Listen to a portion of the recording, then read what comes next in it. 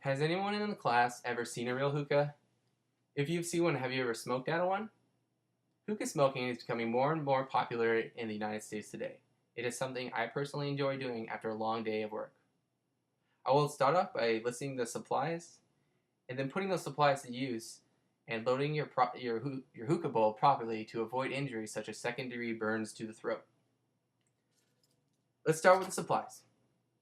You will need your hookah bowl. It is commonly made out of clay, but I have seen it made out of glass or metal. Then you will need your hookah tobacco. My personal favorite is double apple, and that is what I will be using to load inside my hookah today. Then you will want to go rip a small piece of tinfoil off.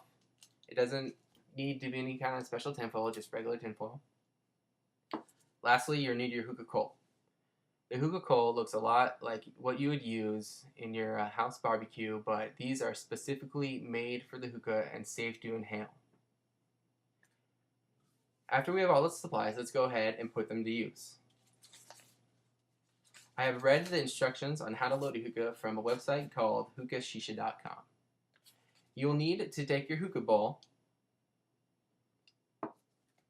then you will want to take your tobacco and put it inside the top of your bowl, making sure you don't overfill the bowl or load it too tightly.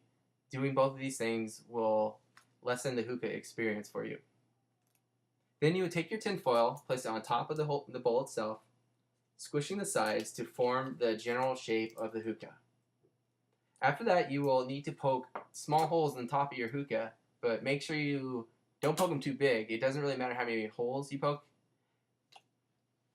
To make sure I don't poke the holes too big, I use the tip of a knife just to be safe.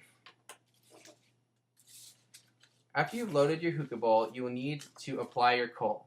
I've watched a video on how to properly apply your coal from a video from YouTube.com. You need to take your hookah coal and place it on top of your stove. After a while, it'll become bright and orange in color. That is how you know it's ready to go on top of your hookah bowl. You will want to avoid placing your hookah coal directly in the center of the bowl. You'd much rather want to set it off to the side, slowly rotating it around the entire bowl itself, working your way towards the center. That will ensure proper burning of the tobacco. To know when you are done smoking hookah, the coal will generally be all ash and tobacco will be all burned up.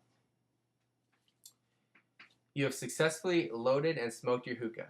Now let's quickly recap the steps involved.